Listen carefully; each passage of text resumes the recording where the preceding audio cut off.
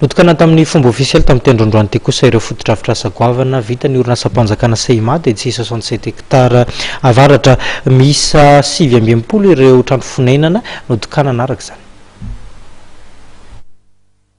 Notokanana tamin'ny fomba ofisialy androany ny foto-drafitrasa goavana vitan'ny orinasam-panjakana Seimad tetsy 67 hektara avaratra atsinanana.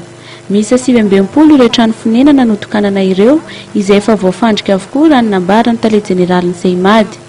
Nahatratra roa lavitrisa sy 500 tapitrisa ariary ny famatsiam-bola nanatanterana ity foto-drafitrasa goavana nataon'ny orinasam-panjakana ity. Tsy hijanona treo ny fanamboarana trano fonenana ho an'ny malagasy raha ny nambarany tale jeneraly ny Seimad. Apetraka Seimad angorana ho an'ny malagasy rehetra ny atao hoe trano fonenana satria fantatra fa zany trano fonenana zany no tena antoko ny fiainana. Izay no mahasalama voalohany indrindra ary izay fototra iray lehibe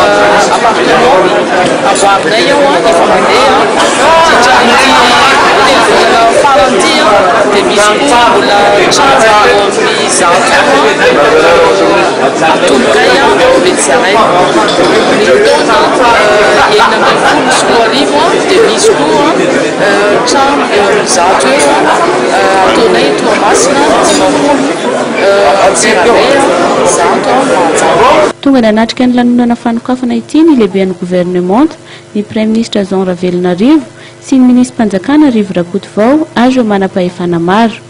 Eo amin'ny 20 tapitrisa ariary eo ny sandan'ny trano iray izay voavita eto 67 hektara raha ny nambarany tale jeneraly hatrany.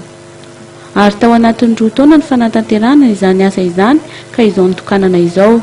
Mahakasika ny orinasa Seimad manokana manoloana ireo olana ara-tany dia nanambara koa ny tele jeneraly fa nanome vahaolana trano izy ireo teo anoloana izany.